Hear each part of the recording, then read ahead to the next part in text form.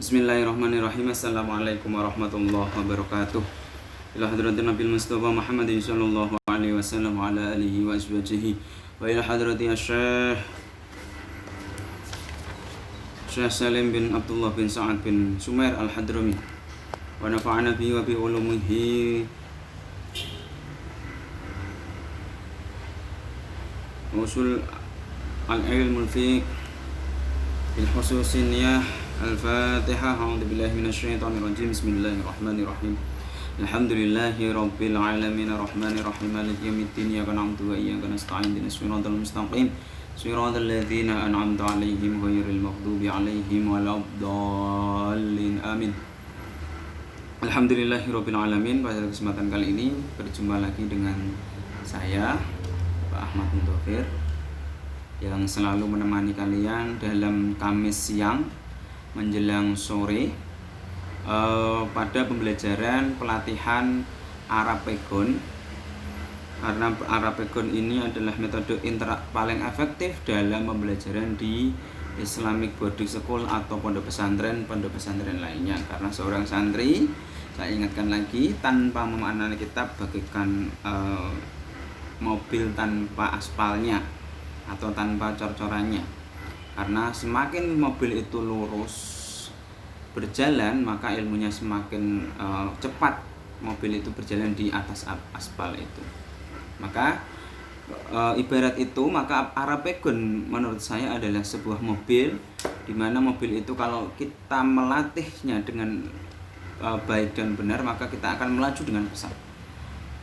Bagaimana dengan Arapegon? Maka kalau kita mengasah dengan baik, maka insya Allah anak-anakku akan mendapatkan ilmu yang manfaah fiddin wa dunya wal akhirah. Karena seorang santri harus bisa memaknai kitab seperti itu.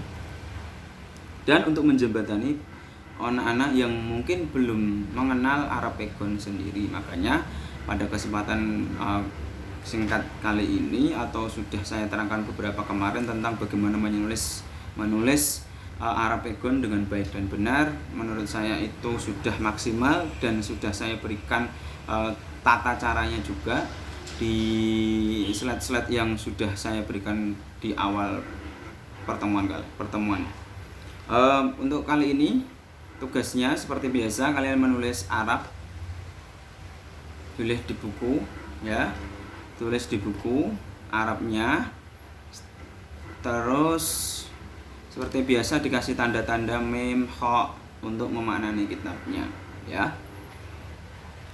Kita lanjutkan pendalaman Safinatun Najah, kitab karangan Syekh Muhammad Sumair Al-Hadrami ya.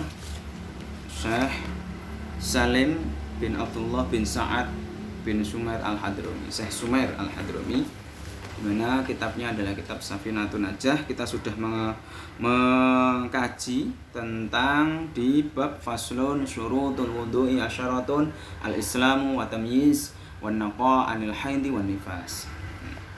Bismillahirrahmanirrahim. Faslun utawi ikilah fasal nerangake syurutul wudu'i utawi pira-pira syarate wudu. Utawi pira-pira nerangake syarate wudu iku asyaratun ya. Itu no 10. Al-islami suwiji Islam. Nomor 1 yaiku Islam. Wa tamyizu lan pinter atau berakal atau tamyiz, artinya adalah orang yang bisa memikir. Nak wong edan piye ora sah. Ya. Wa naqa'u lan swiji bersihake anil haidi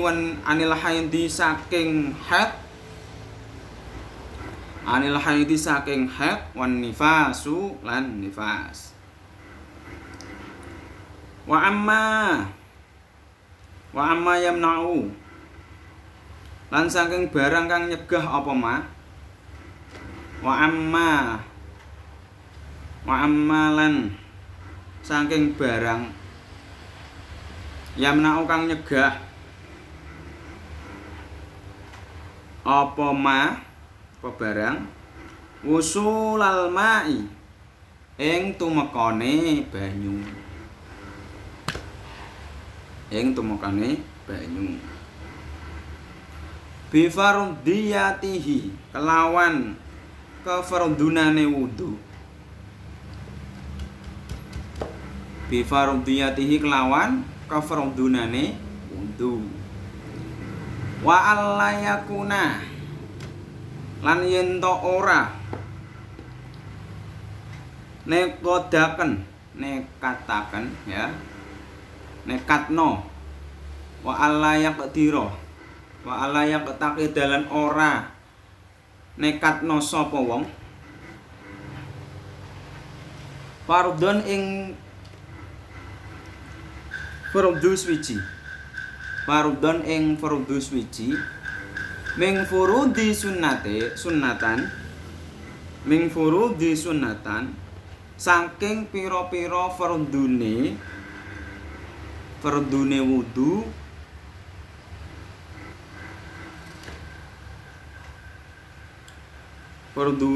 sunatan ing sunah. Furudhi sunatin ing pira-pira fardune wudu kang sunah ya, utawa ing sunah.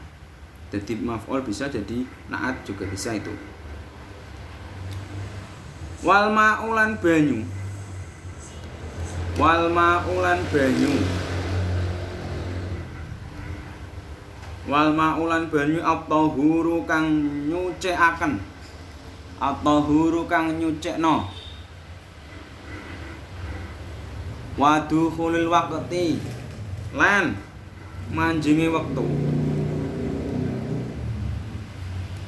Wa dukhulil waqti lan manjingi waktu atau mlebune wektu. Wal muwalatu lan langsung lida emil hadasi kedue wong sing langgengake hadase ya. Tak ulangi lagi biar kalian lebih jelas ya. Dari mulai faslun utawi kila fasal saya terangkan syurutul wudhu asyaratun, bahwasanya syaratnya wudhu itu ada 10. Kenapa kok ada syaratnya? Semua yang kita ada di dunia ini juga ada syaratnya. Karena ilmu syariat itu memerlukan syarat, di dalam syaratnya wudhu itu ada 10. Al-Islamu nomor 1 Islam. Wong Islam kuwi kudune ya wudu. Karena kalau non-Islam ataupun orang yang kafir atau non-muslim itu tidak mengenal dengan kata-kata wudu. Kenal nih yo adus yo paling bersih itu, bersihkan itu saja. Kalau kita dalam orang Islam adalah kita mengenal wudu. Karena fadilahnya orang berwudu itu adalah luar biasa sekali. Fadilahnya orang berwudu itu adalah luar biasa sekali. Pernah ceritakan suatu ketika pas saya ngaji, ceritakan ada seseorang yang dikenal di desa, itu seorang yang alim, seorang yang ahli ilmu dan selalu mendawamkan wudunya. Dari umur 15 tahun sampai dia meninggal. Umur meninggal itu sekitar 43 tahun beliau meninggal. Dan ketika beliau meninggal dan selama kurang lebih 32 tahun, kurang lebih ada sekitar 27 tahun itu mendawamkan wudunya, dan pada saat itu Allah memanggil nyawanya, maka Allah memberikan keajaiban yang luar biasa kepada orang itu.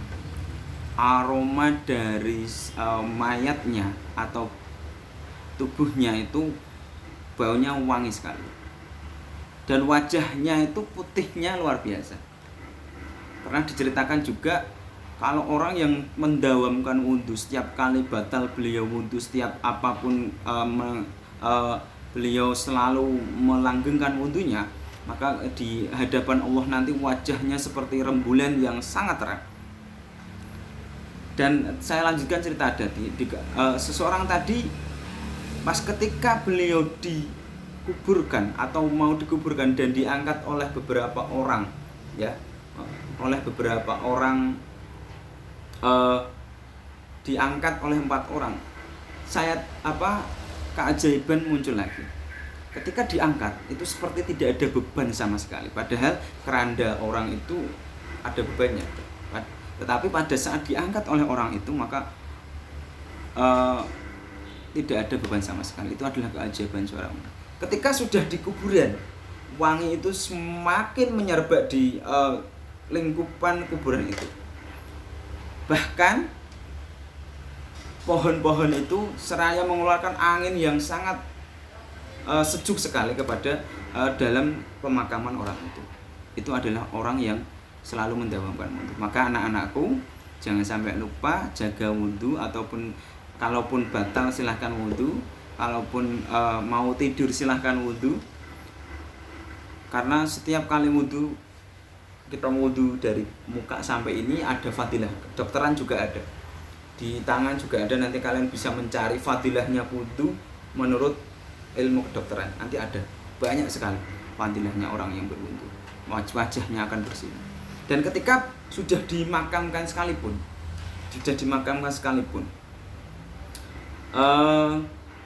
sekitar jarak 70 tahun dari kematian orang itu, ya, ada realisasi gedung di daerah pemakaman itu. Nah, pas waktu saat penggalian di dalam kubur orang itu, subhanallah walhamdulillah wala ilaha illallah, mayatnya itu adalah utuh sama sekali, tidak seperti baru, walaupun sudah berumur sekitar 70 tahun. Itu adalah keistimewaan dari wudhu. Maka anak-anakku, saya tidak mewajibkan kalian untuk selalu berwudhu, tetapi setiap kali apapun usahakan dawamkanlah wudhu itu. Wa tamyizulan, ngakal, duwe akal, ya. Karena orang yang wudhu itu juga harus punya akal. Nah, wong edan piye diwudhuni awake dhewe mundhuni ya ora apa-apa nek sing mundhuni kowe, tapi mereka tidak berkewajiban untuk menjalankan syarat-syarat untuk berwudhu. Wan naqa'u 'anil haidi wan nifas, dan membersihkan haid dan nifas, ya, membersihkan haid dan nifas. Wa amalan barang, wa amalan saking barang, wa amalan yang atase barang, ya, yamna'u nyegah apa usulul ma'i, tumekane banyu, ilal basyarati maring kulit, ya. Jadi kalau kita wudhu jangan pakai baju panjang ini terus diwudhuni, ini jangan, ini menghalangi. Maka wa amma yamna'u usulil ma'i ilal basyarati adalah jangan ada yang bisa menghalangi dari air untuk membasahi semua kulit yang ada dalam fardunya wudhu, yaitu tangan, muka, kaki. Seperti itu. Wala yakuna lan yen ta ora ana alal utwi ing atase ya buto. Wa alla yakuna lan yen ta ora ana alal udwi ing atase anggota mayu gairul ma kang bisa ngerubah apa perkara almaa ing banyu, ya. Dan tidak ada yang bisa ketika anggota ini mau berwudu, anggota ini juga tidak akan merubah warna ataupun bau daripada air tersebut. Maka dikatakan wa ala yakuna al udwi ma yughirul ma. Itu yang keberapa itu berarti? 1 adalah Islam, 2 adalah tamyiz, 3 adalah membersihkan dari haid dan nifas, dan sesuatu yang menghalangi dari keluarnya air sampai ke membasahi kulit itu juga diharuskan ada. Tidak dikatakan tidak, ya. Wal ilmu bi fardhiyatihi, lan ngerti berarti kelawan kefardhunane wudu.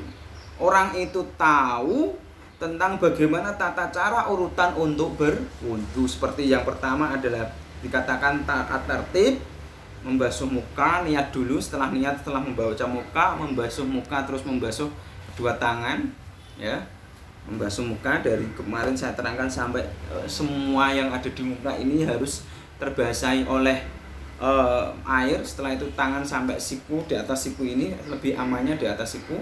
Setelah di atas siku adalah setengahnya dari dari rambut yang ada di ujung atau setengahnya kepala. Setelah itu kaki. Ya. Itu namanya wal ilmu bi fardhiyatihi.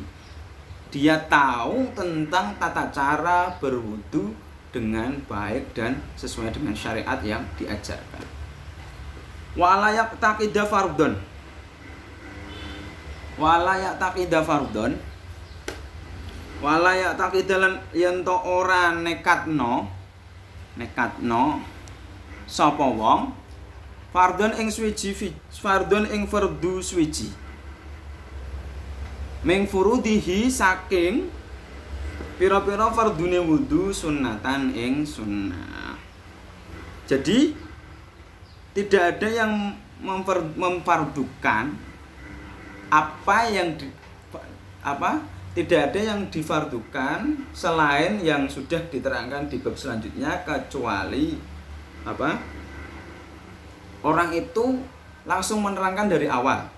Misalkan telinga ini menurut kita itu adalah sunnah, secara syariatnya adalah sunnah, tetapi bisa difardukan, diterangkan kepada anak-anak setelah basuh muka, setelah basuh tangan silakan basuh ini, setelah basuh setengahnya sirah selalu disunahkan basuh ini, telinga ini dari sini ke sini, maka itu diperbolehkan. Tetapi kalau tidak diterangkan dari awal, maka jangan membuat hukum sendiri atau membuat fardu sendiri bahwasanya hal-hal yang sunnah itu diwajibkan. Maka seperti itu. Wal ma'ulan banyu atau huru wa dukhulil waqt, atau huru kang bersih kang nyucikno. Wal ma'ulan banyu atau huru kang nyucikno wa dukhulil waqti lan mlebune wektu. Jadi yang ke-9 adalah orang itu setiap kali masuk waktu sholat, wajibnya adalah waktu sholat, maka orang itu langsung juga berwudu. Tetapi wal mualatu lan nuli-nuli kedue wong kang lidaimil hadasi, ini buat orang-orang yang suka mendawamkan wudu. Maka disunahkan ketika kita sudah mendengar adzan, sudah waktunya sholat, maka kita juga dianjurkan untuk bisa langsung mengambil air wudhu dan langsung masuk ke masjid. Prakteknya seperti kemarin, bismillahirrahmanirrahim, nawaitul wudu'a li raf'il hadasin asghari fardhu lillahi ta'ala. Saya niat ya Allah dengan fardhu untuk berwudu, dengan fardhu lillahi ta'ala, dengan ridhomu ya Allah. Maka diterangkan di kitab Safinatun Najah, syurutul wudu'i asyaratun. Nah, lebih jelasnya di sini di keterangan ini. Syarat-syarat wudu ada 10, yaitu 1 Islam, tamyiz cukup umur dan berakal, 3 suci dari haid dan nifas, 4 lepas dari segala sesuatu yang bisa menghalangi sampai air ke kulit. Tadi seperti pakai baju atau kaos langsung digosok-gosok ini juga tidak sah kalau dalam syarat-syaratnya wudu. 5. Tidak ada sesuatu yang di salah satu anggota wudu yang merubah keaslian wudu. Misalkan ada kamu pakai sabun terus di tubuhmu penuh dengan sabun, maka itu juga tidak diperkenankan untuk langsung berwudu. Dibersihkan dahulu terus setelah itu bisa niat dengan wudu. 6. Mengetahui bahwa hukum wudu tersebut adalah wajib. Mengetahui bahwasanya setiap kali anggota badan ini yang dibasuh dalam fardunya wudu itu wajib dibasuh. 7. Tidak boleh beriktikad atau berkeyakinan bahwa salah satu fardu wudu hukumnya sunnah atau tidak wajib. Tidak seperti tadi telinga tadi kalau sudah diajarkan dari awal, kok sudah setelah basuh semua fardunya wudu maka ditambahi dengan membasuh kedua telinga ini. 8. Mengetahui kesucian air wudu tersebut. Maka belajar fikih itu juga penting karena kita harus mengetahui komponen-komponen untuk berwudu. Apakah air ini layak untuk berwudu atau tidak, itu perlu kita belajar tentang ilmu fikih. Seperti kitab Safinatun Najah, nanti di tingkatan selanjutnya ada kitab Fathul Qorib, di tingkat selanjutnya adalah Fathul Mu'in, di atasnya lagi ada Al-Jami'us Shaghir, ada lain-lain, dan ada kitab-kitab yang mungkin kalian belum tentu bisa mengkajinya karena itu adalah di kitab-kitab pesantren. Maka bersyukurlah kalau kalian itu di dalam lingkungan pesantren kalian punya nilai plus dalam pembelajaran ilmu fikih, dalam kajian-kajian yang nanti akan kita bahas di Islamic Boarding School Mansatu Kota Pekalongan. Mungkin itu anak-anakku yang bisa saya sampaikan pada kali ini. Oh ya, yang ke-9 adalah masuk waktu sholat yang dikerjakan. Kita wudhu itu harus sesuai dengan waktu yang diajarkan pada kita. Tidak semena-mena waktu misalkan waktu sholat langsung wudhu gitu aja. Maka kita fadilahnya daripada wudhu ada seperti yang saya ceritakan tadi, bahwasanya orang yang mendawamkan wudhu, setiap kali dia berhadas, setelah hadas dia wudhu, setiap kali melakukan sesuatu dia wudhu, setiap kali melakukan apapun dia dalam keadaan suci, maka Allah akan memberikan rahmat dan keistimewaan kepada beliau. Seperti orang tadi yang sudah ditemukan dalam 70 tahun di kuburannya, tetapi wajahnya, badannya tetap utuh seperti orang yang baru dikuburkan. Masya Allah. Subhanallah walhamdulillah wala ilaha illallah wallahu akbar. Subhanallah walhamdulillah wala ilaha illallah wallahu akbar. Subhanallah walhamdulillah wala ilaha illallah wallahu akbar. La haula wala quwwata illa billahil aliyil azim. Mari anak-anakku kita tutup pengajian kali ini. Dalam pengajian kali ini dengan bacaan Ummul Kitab. Semoga kita dalam mengkaji ilmu-ilmu fikih kita diridhai Allah Subhanahu wa taala. Dan anak-anakku jangan lupa tugasnya adalah menulis Arab, setelah itu dimaknani seperti biasa dan dikirimkan kepada ustadz-ustadzahnya, dan bisa diingatkan kepada ustadz-ustadzahnya siapa yang terbaik dalam penulisan Arab Pegon ini, maka akan mendapat bonus dari saya, itu berupa pulsa berapa? 15.000 yang akan saya bagikan. Dan pengumuman di program saya, di kelas saya itu ada namanya Muhammad Arifuddin yang tulisannya patut saya acungi jempol. Dan terima kasih buat Mas Arifuddin, dan lainnya sudah mulai bagus ya. Mas ada di kelompok saya, tulisannya mulai luar biasa, bisa menulis miring-miring itu ya, maknani, tetapi jaraknya mungkin ada yang 3 baris, ada yang 4 baris, ada yang 2 baris. Tapi tidak apa-apa, hanya itu adalah awal dari permulaan. Dulu saya juga seperti itu, memaknani kitab juga dengan jarak 4-5 baris malahan. Ini ada anak-anak yang sudah sampai 2 baris bisa memaknani, itu cukup luar biasa. Saya acung-acungkan buat kalian. Terima kasih.